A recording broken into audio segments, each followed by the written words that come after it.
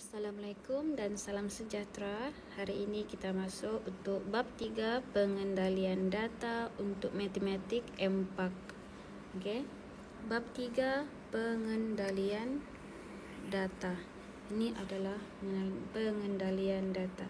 Biasanya data ni kita belajar dalam bidang statistik lah, dalam pengiraan. Sebagai contoh untuk masa sekarang ni coronavirus. Okey, coronavirus yang selalu kita tengok ada penggunaan data. Data yang selalu yang contoh diberi ini adalah dalam bentuk histogram.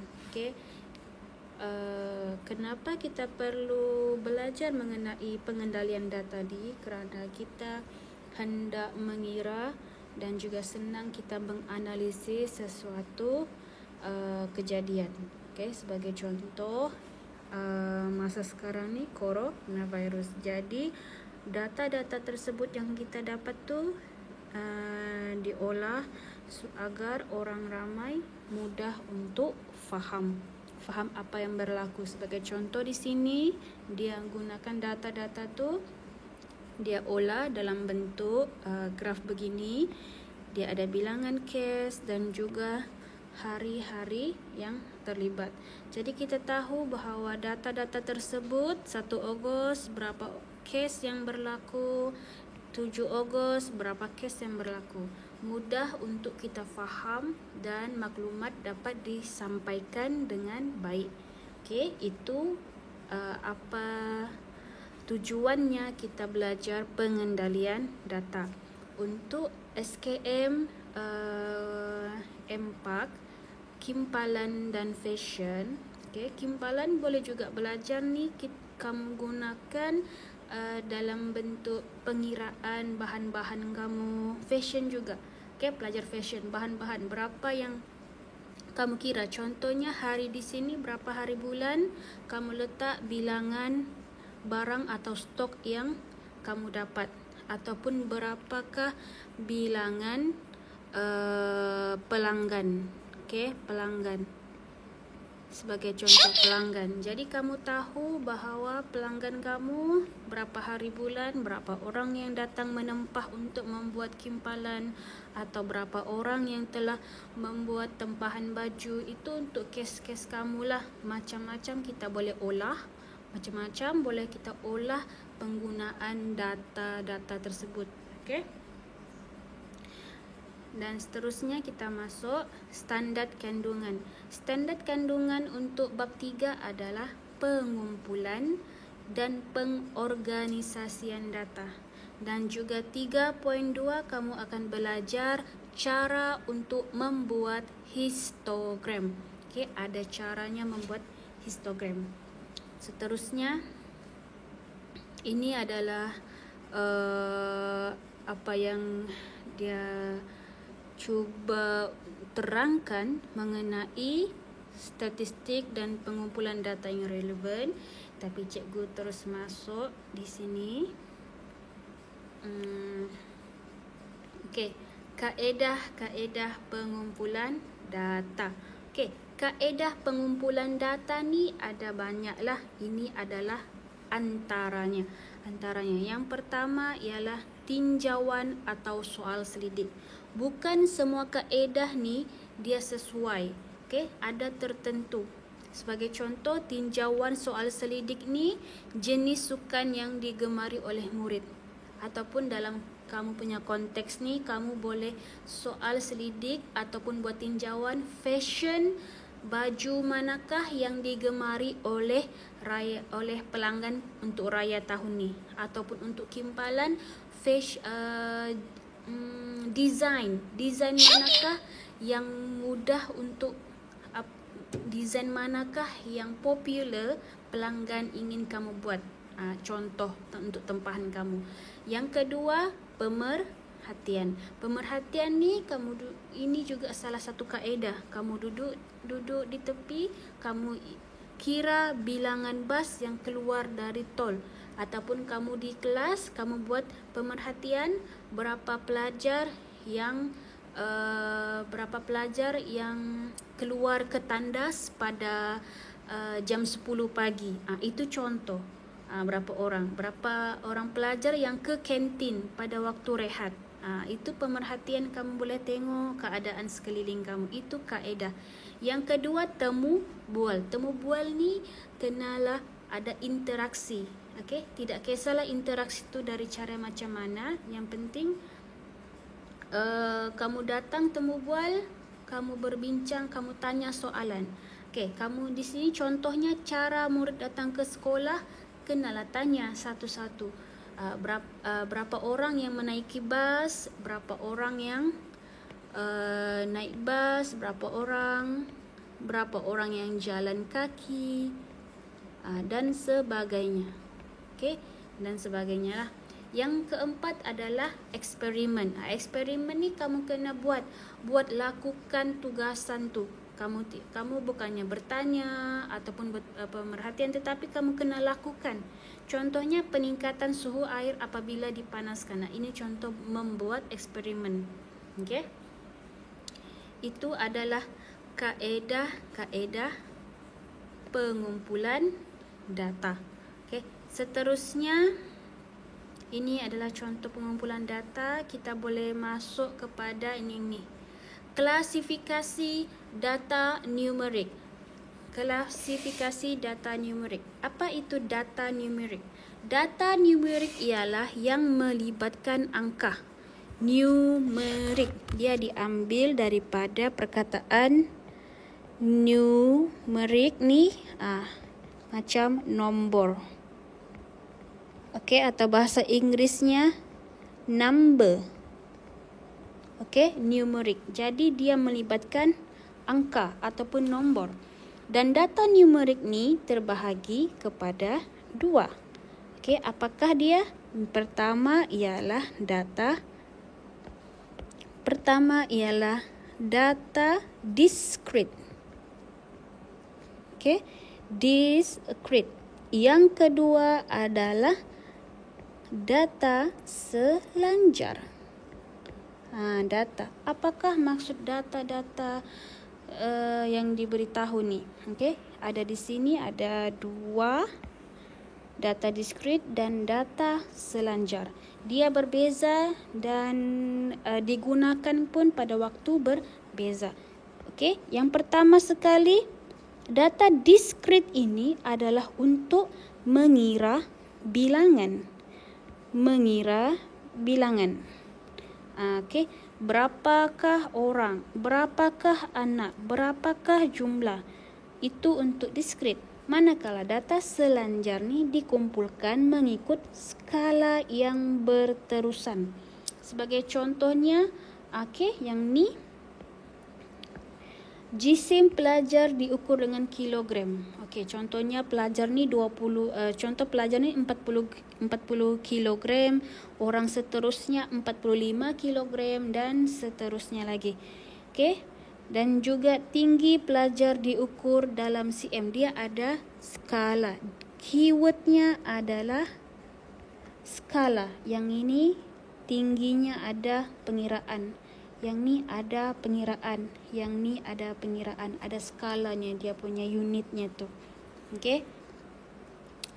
Dan ini adalah contoh. Contoh 1.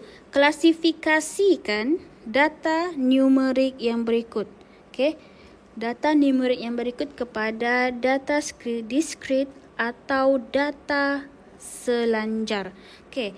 Yang pertama, bilangan haiwan yang dipelihara oleh 12 keluarga.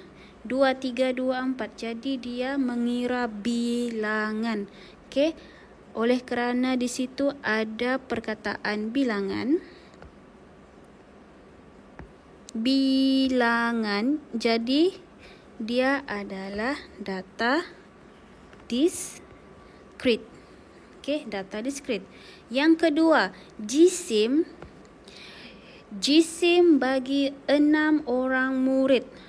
Dia ada data yang berterusan. Di sini berterusan. Okey, berterusan. Okey, jadi jisim jadi dia adalah data selanjar. B adalah data selanjar. Untuk C, bilangan kereta guru di sebuah sekolah. Bilangan kereta guru. Bila bilangan, ingat bilangan dia adalah data diskrit. Okey, data diskrit. Sebab kita mengira bilangan. Contoh di sini data diskrit. Okey, data diskrit mengira bilangan. Manakala data selanjar mengikut skala. Yang seterusnya jarak. Okey, jarak di antara rumah setiap murid. Jarak. Kalau jarak dia adalah mengikut skala yang berterusan. Oleh itu dia adalah data selanjar. Okey, selanjar. Seterusnya kita tengok muka surat yang seterusnya. Di sini penggunaan gundalan. Okey. Tengok sini, gundalan. Untuk contoh 2. Gundalan. Apa itu gundalan? Yang gundalan ni yang main kira-kira ni begini. Okey, kira-kira. Cara kiranya, kalau 1 stroke bermaksud 1. Okey, 1 stroke bermaksud 1. 2 stroke bermaksud 2. Kalau 3, 1, 2, 3 bermakna 3.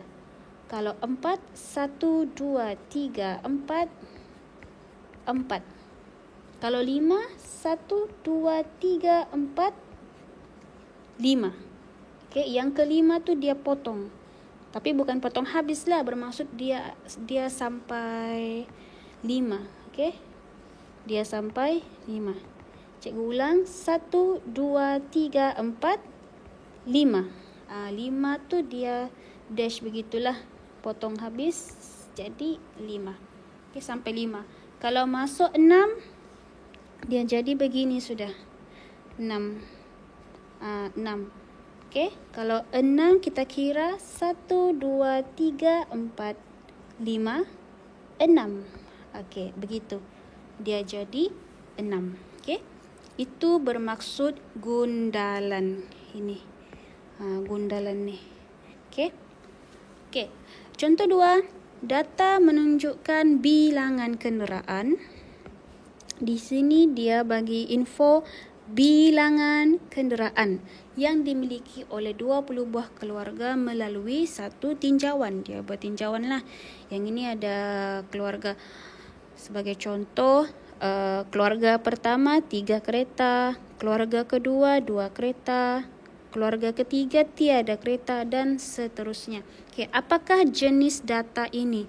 Bila kamu tengok jenis data dan dia tulis bilangan kenderaan, maknanya data tersebut adalah data numerik jenis diskrit.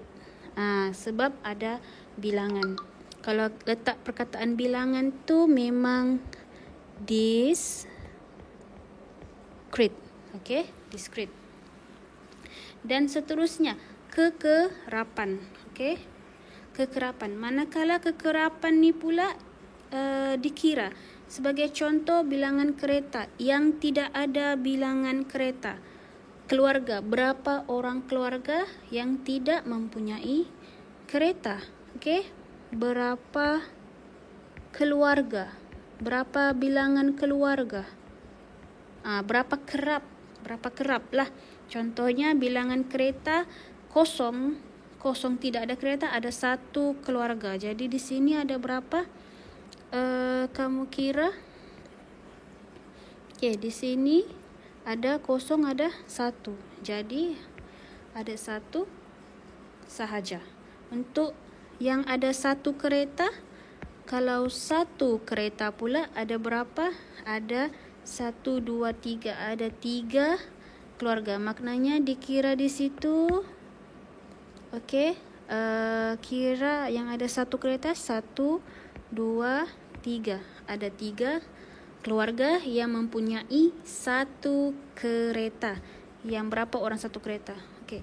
Kalau 2 kereta, Mana nombor 2? Nombor 2 berapa kali muncul? 3, 4, 5, 6. Nombor 2 ada 6 kali muncul. Maknanya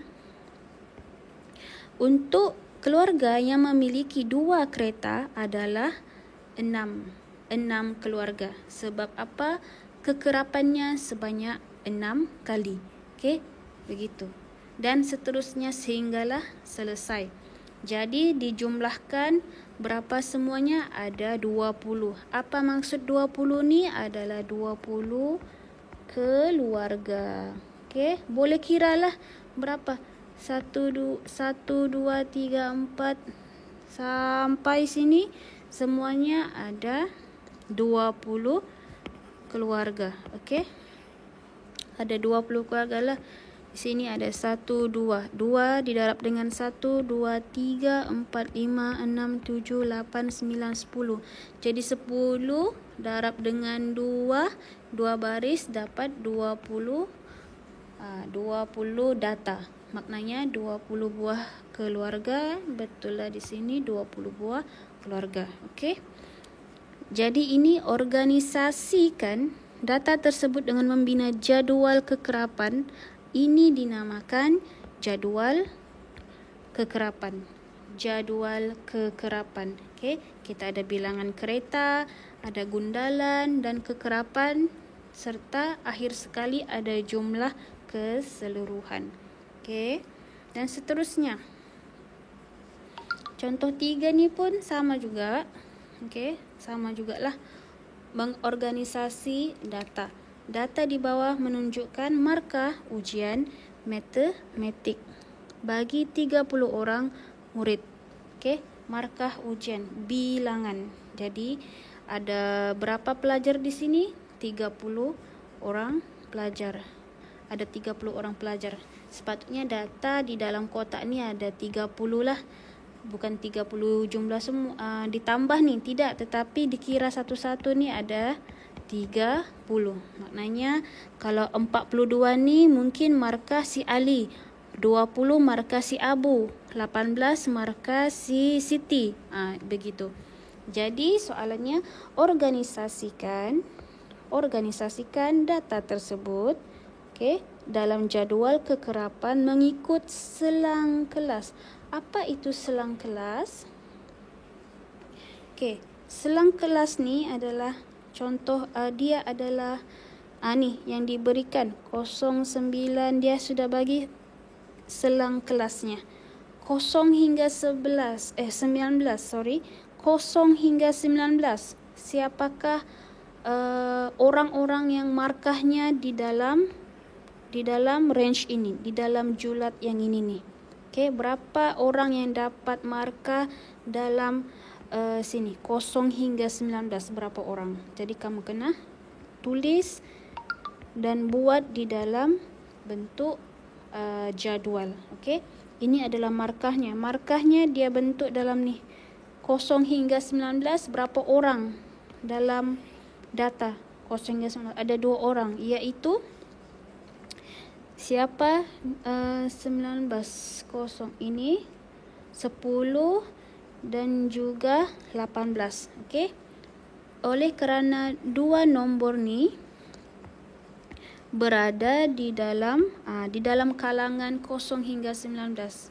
Okey, 0 hingga 19 dia di sini, sebab 10 dengan 18 ni berada di tengah-tengahnya. Dan seterusnya pula nombor ni 20 hingga 29. Siapakah berada di dalam kalangan 20 hingga 39?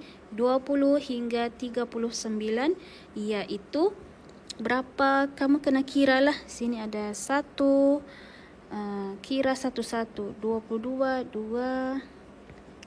Okey, kira sampai 29 ni pun termasuk sekali sampai 39 lah. Ada berapa baru?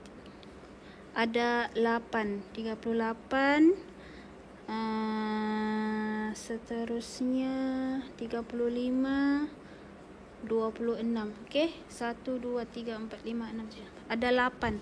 Maknanya kamu kena kira dalam 20 hingga 39 ni ada berapa jumlahnya? 1, 2, 3, 4, 5, 6, 7, 8. Maknanya ada 8 pelajar yang mempunyai markah dalam lingkungan ni 20 hingga 39. Jadi kena buat gundalan lah. Kalau 8 kena kira lah 1, 2, 3, 4, 5, 6, 7, 8. Jadi gundalannya 8, kekerapannya pun 8. Dan seterusnya buat sampai habis selesai. Jadi untuk kekerapan ni semua dijumlahkan dan kita akan dapat 30 orang pelajar. Ini cara untuk membuat jadual kekerapan. Okey, kena ada markahnya apa yang diberi dan gundalan serta kekerapan dan jumlahnya.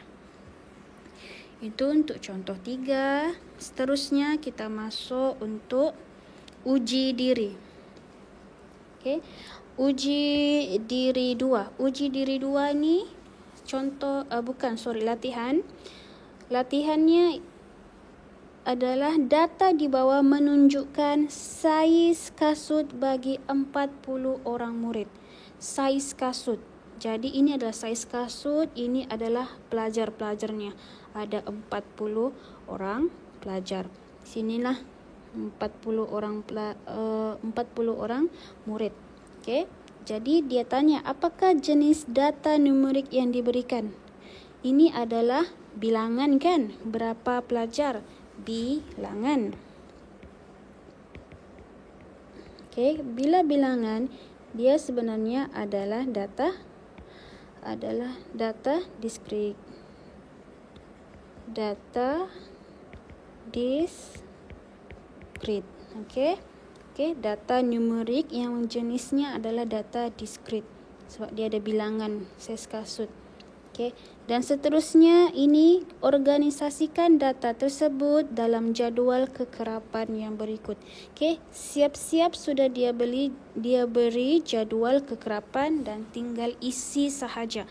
Sebagai contoh, saiz kasut 3. Berapa murid yang menggunakan saiz kasut 3? Jadi kamu tengok di sini, kena kira berapa kali nombor 3 ni muncul. Berapa kali muncul? Nombor 3. Jadi kena kiralah nombor 3 satu. Ada satu saja. Jadi nombor 3 muncul sebanyak sekali. Jadi sini tulis gundalannya adalah 1. Jadi kekerapannya pun 1. Seterusnya adalah nombor 4. Saiz kasut 4. Berapa kali saiz 4 ni muncul?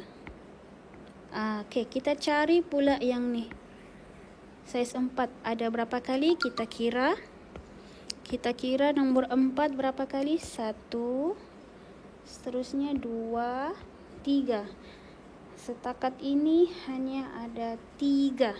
Jadi kita pun masukkan dalam data 1, 2, 3. Kekerapannya ada 3. Seterusnya kita cari saiz kasut 5. Saiz kasut 5.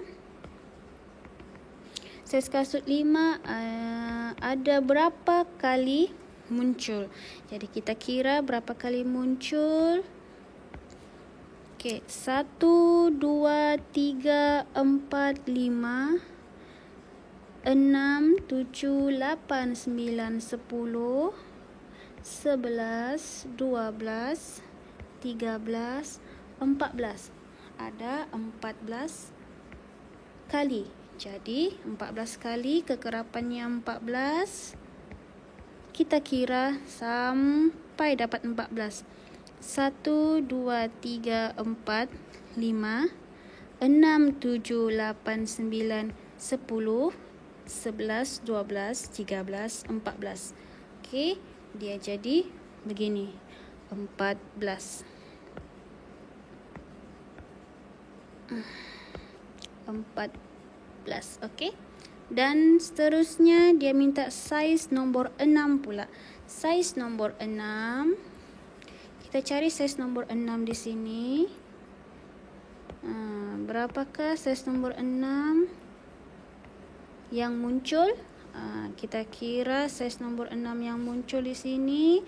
Nombor 6 ada 1, 2, 3, 4, 5, 5, 6, 7, 8, 9, 10.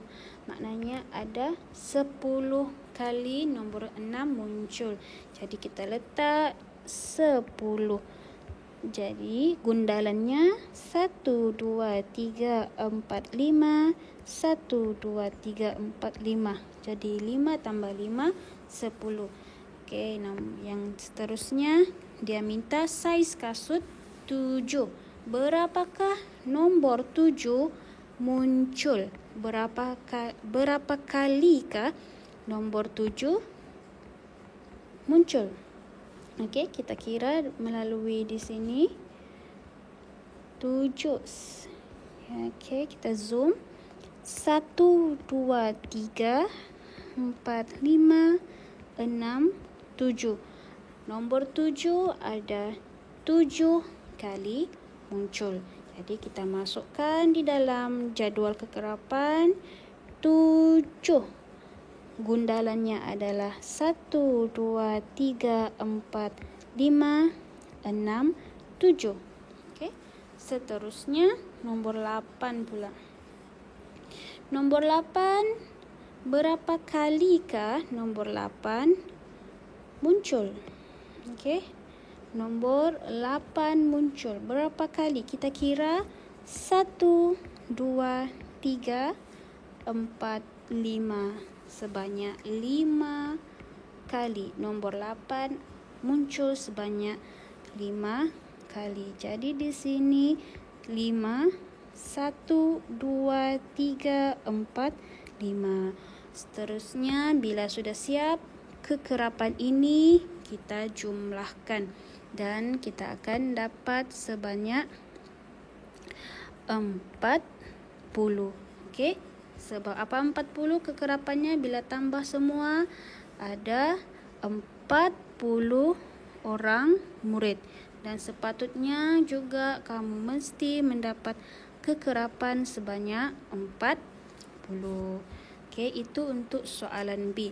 Untuk soalan soalan 1B.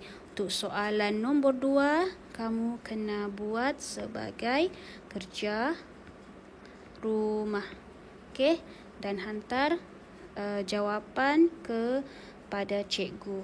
Okey, itu sahaja untuk hari ini dan seterusnya histogram akan cikgu sambung pada minggu hadapan.